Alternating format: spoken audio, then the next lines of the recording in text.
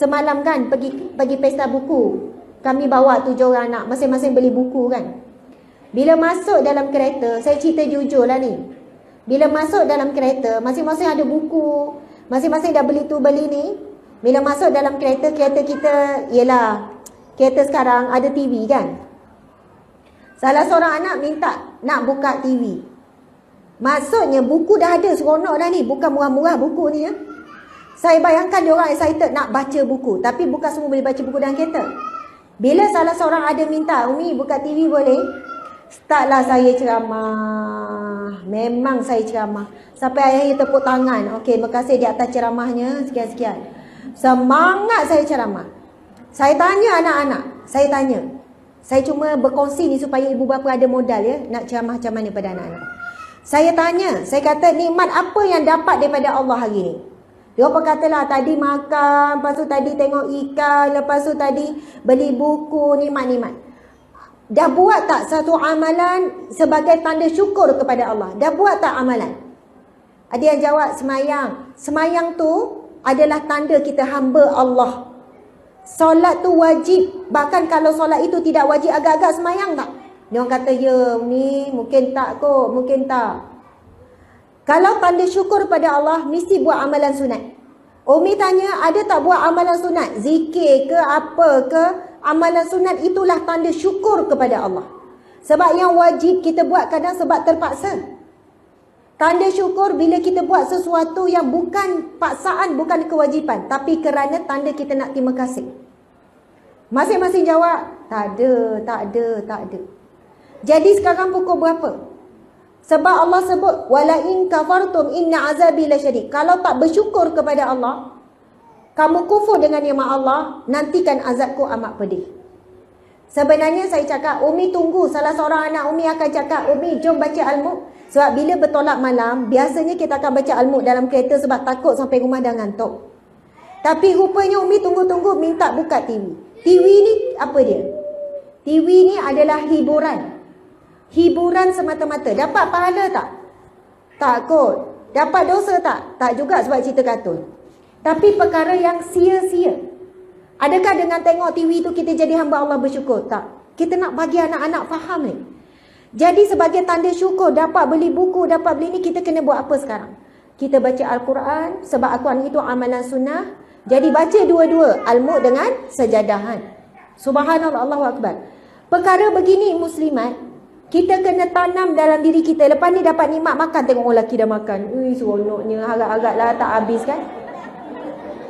Okey, saya akan berhenti. Sabar. Saya pun lapar sangat. Okey. Dapat nikmat makan, dapat nikmat majlis ilmu, dapat nikmat sehat, apa semua. Wajib kita memaksakan diri. Ini hadis Nabi yang sahih. Kita belajar dalam beberapa kuliah minggu lepas. Kuliah Riyadhus Shalihin. Hadis sahih Nabi SAW bersabda. Sesungguhnya Allah, subhanallah, Allah sangat suka kepada hamba yang mendekatkan diri kepada Allah dengan melalui amalan wajib. Dan Allah mencintai, Allah akan sayang, Allah akan kasih mereka yang mendekatkan diri kepada Allah dengan amalan sunat. Maksudnya, orang yang hanya buat amalan wajib, Allah suka. Allah suka. Sebab dengan cara itu dekat dengan Allah juga. Tapi siapa yang mendekatkan dengan Allah melalui amalan sunat, baca Quran, zikir, selawat apa, Allah akan sayang, Allah akan cinta. Maksudnya tingkatan kedekatan dengan Allah lebih dekat, lebih rapat, dan dia akan berada di kalangan yang dicintai oleh Allah Subhanahu Wa Taala. Jadi jangan main-main dalam mendidik anak bab supaya mereka ni ada sifat syukur. Kalau ibu bapa ni ikut je asalkan anak seronok. Okey, sekarang masuk kereta, okey buka TV pula gini-gini. Kami kat rumah memang ada TV tapi siaran tu tak ada. Astro semua-semua enjoy ke semua tu tak ada. Tapi mereka ada YouTube, sekali-sekala mereka tengok. Macam hari ni kami tinggal anak pagi sampai petang. Saya kata semalam beli buku kan, hari ni tak dibenarkan buka apa-apa pun tengok YouTube. Dan alhamdulillah mereka memang akan ikut. Sebab apa mereka akan ikut? Saya akan tanya yang kecil. Ada seorang namanya Sofwan, dia memang lurus, jujur. Walaupun abang kakak kata jangan cakap kat Umi, dia akan lurus je. Orang tahu Sofwan tak akan menipu. Ada tengok tak tadi? Tak ada. Kalau ada memang dia akan cakap. Dia adalah reporter paling utama kami. Jadi diorang dah tahu sofa memang akan jujur. Jadi mereka kalau pesan tak tengok, memang mereka alhamdulillah setakat ini insya-Allah kita pun ada pasang CCTV. Macam tu sekali. Sebab kami selalu tinggal. CCTV murah je beli online. Masya-Allah. Jadi saya kata semalam beli buku, syukur pada Allah baca sampai habis. Dan saya akan tanya diorang kan ni. Itu dibuat daripada kecil, lama-lama mereka biasa. Tak tengok TV 2-3 hari, telefon memang tak ada. Jadi benda tu atas kebiasaan kita. Jadi untuk anak yang tanya macam ni, saya tanya amalan ibu ni, macam mana Allah selamatkan dia? Allah selamatkan anak daripada berzina sebab Allah bagi dia dapat jumpa. Dia kata, Ustazah, pasal anak ni, sebab anak sekolah agama pakai tudung bulat. Dia tak sangka anak dia sampai peringkat nak check in hotel. Menangis-nangis dia jumpa saya. Sebab anak pakai, sekolah agama pakai tudung bulat, sekolah Arab, sekolah agama. Jadi tak terfikir anak nak cari hotel. Barulah dia tengok macam-macam mesej lucah yang selama ni anak dia duk mesej. Dia kata, Ustazah, saya memang beramal dengan zikir. Kebetulannya ialah saya asbab saja. Zikir Ya Hafiz Ya Muhaimin, Ya Allah yang Maha menjaga, yang Maha mengawasi. Macam yang Ustazah share tu, dah aku serahkan penjagaan dan pengawasan terhadap anakku kepadamu ya Allah. Saya kata pada ibu ayah yang banyak berdoa, banyak beramal zikir supaya Allah jaga anak-anak, Allah akan tunjuk. Dia tak akan sampai kes terlambat. Sebelum berlaku benda yang tak elok, Allah akan tunjuk. Walaupun dengan cara yang tak logik. Subhanallah. Saya pun berlaku dalam pengalaman hidup saya dengan anak. Anak macam kadang saya kata, perasan tak? Walau macam mana pun Umi akan tahu. Allah akan tunjuk. Boleh pula banyak-banyak buku, kita ambil satu buku, dalam itulah ada benda yang kurang baik. Padahal dia lukis je, tapi lukis benda yang kurang elok. Macam mana? Itulah dia kata, itulah Umi. Macam mana Umi boleh jumpa? Padahal dia dah sorok. Faham ya? Macam mana tiba-tiba pukul 3 pagi rasa macam nak pergi cek, bangun tengah malam. Mereka bukanlah buat perkara yang teruk sangat. Tetapi bagaimana kita menyerahkan urusan kita, wa ufawwidu amri ila Allah. Zikir-zikir Allah akan jaga. Tak sampai terlambat, Allah akan tunjuk. Jadi saya kira sekadar itulah ya. Tadi rasa nampak macam Ustazah sekejap je kan, tak lagak apa semua.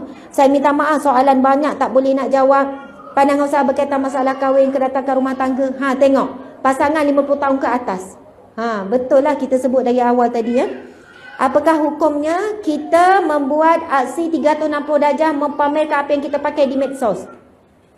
Kan sekarang ni kan orang pusing, memusing diri tu. Alah macam-macam lah joget-joget semua tu kan. Subhanallah. Benda ni memang ada bincang, 4 mazhab ada bincang. Pasal isu wanita berjoget di khalayak ramai, pasal suara wanita yang digemesikkan dengan digemalaikan. Kesimpulannya, muslimin-muslimat sekalian, hukum wanita berlenggok-lenggok di khalayak ramai lagi dilihat. Kalau sama perempuan tak apa, tutup, berlenggok-lenggok lah macam mana pun. Hukumnya makruh. Ada ulama kata tak ada masalah, ada yang kata makruh walaupun sesama perempuan sebab menjatuhkan maruah. Kalau saya berjoget tempat, apa pandangan makcik-makcik Ustazah joget kan? Kita pun ada yang cakap, alah sesama perempuan kot. Memang boleh tak sampai berdosa, tapi maruah tu jatuh. Faham ya? Sesama perempuan pun maruah boleh jatuh.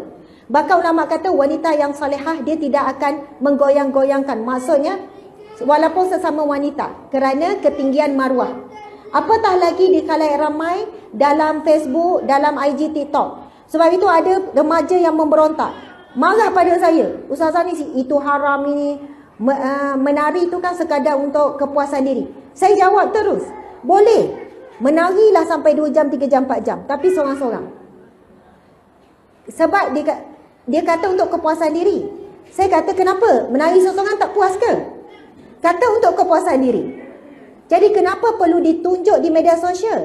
Maksudnya bukan kepuasan diri. Itu memang niat untuk ditunjuk, dipuji. Untuk dilihat, untuk digilai. Kalau betul untuk kepuasan diri, narilah seorang-seorang. Sebab saya tengok ada yang komen, alhamdulillah Ustazah, sekarang saya memang dah buat. Saya menari seorang-seorang dan saya rasa puas.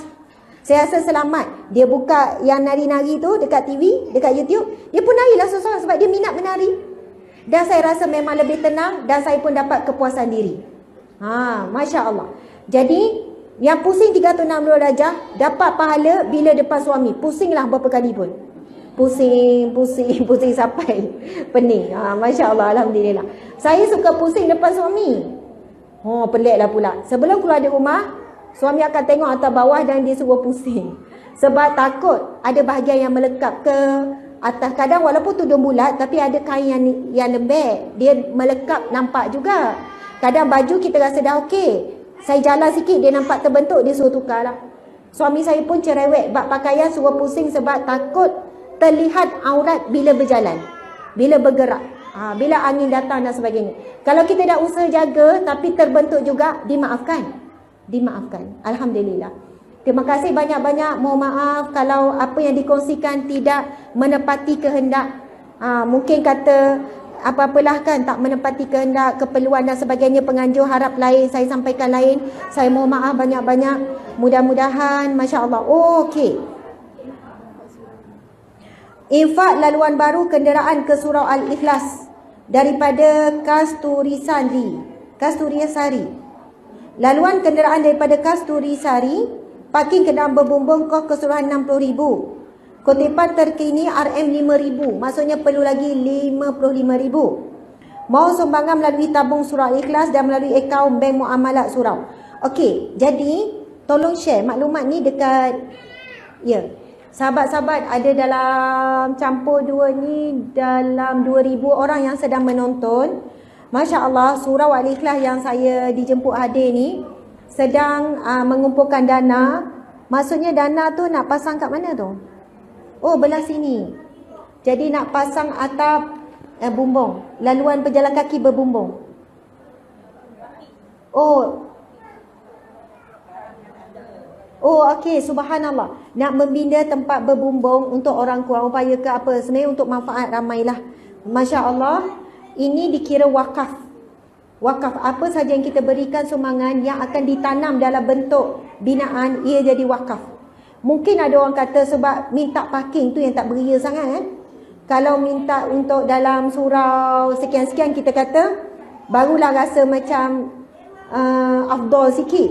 Tapi sebenarnya apa saja binaan yang berkait dengan rumah Allah, semuanya adalah afdal. Semuanya adalah baik. Mungkin ada orang yang pandangan tak penting, itu bukan keperluan, itu hanyalah kehendak je. Sebab kadang-kadang bab-bab macam ni orang petikaikan juga. Jadi kita kena faham, bila pihak surau dah nampak itu adalah bukan kehendak, itu adalah keperluan, esok mungkin kita dah tua, kita tak larat, kita pun sangat memerlukan kemudahan seperti itu. Wallahu alam. Jadi insya-Allah dah lancarkan belum? Dah lancarkan. Dengan lafaz yang mulia kita lancarkanlah. Moga Allah memberikan keluasan pintu rezeki untuk kita bersedekah sebanyaknya. Jadi infak laluan baru kenderaan ke Surau Al-Ikhlas, insya-Allah memerlukan kos RM60,000. Kutipan terkini adalah RM5,000. Jadi sahabat-sahabat di FB, anda boleh dapatkan ni. Sebab apa? Bila kita infak di rumah Allah, semua ni akan jadi saksi. Nabi SAW bersabda, sadaqatun burhanun. Sedekah adalah saksi. Maksudnya, sebanyak mungkin rumah Allah kita kena tinggalkan tapak ataupun tinggalkan kesan ataupun bukti. Sebab ada orang dia jaga masjid dia je. Dia kata, Ustaz, apa-apa saya sedekah masjid kampung saya.